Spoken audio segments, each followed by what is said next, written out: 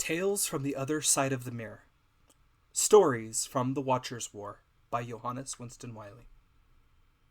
Origins. Archetype. Noun.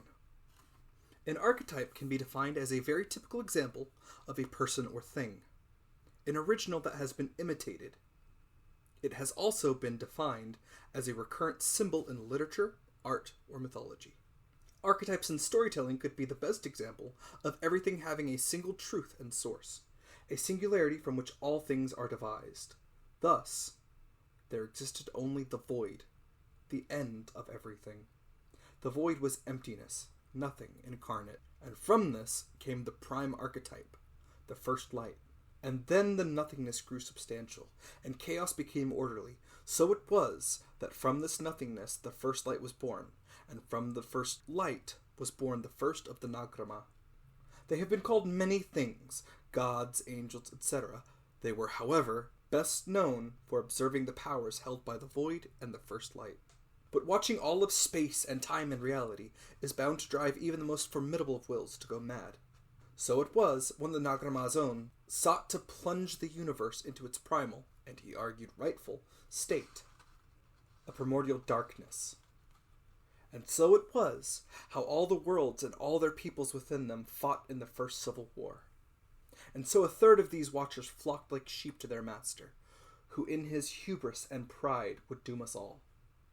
A council was formed, and another third of these watchers swore to oppose these watchers of the oncoming darkness, and maintain the light at all costs.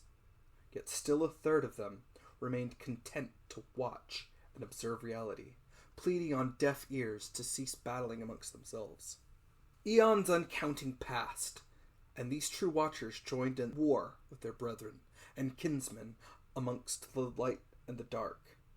And so too were humanity, who in those days there was no separation from the world of magic and mortals, fought alongside the Grey, as this formerly neutral faction called themselves.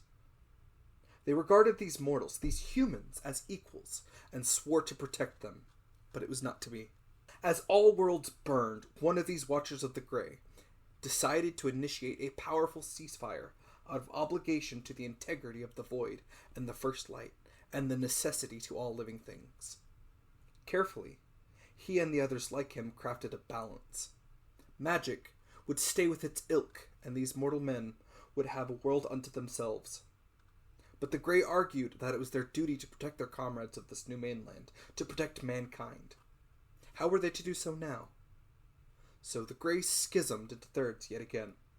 They took the forms of energy. They took the forms of flora and fauna, and some took the forms of their mortal friends, and hid amongst humans. These watchers all soon faded to memory, and that memory faded into myth, into legends, and folklore of yore. But as delicately crafted as this piece was, it is eternally fragile. And the Lord of Pride and Shadows will return to this world, and the eternal war, this Watcher's War, will end, one way or another.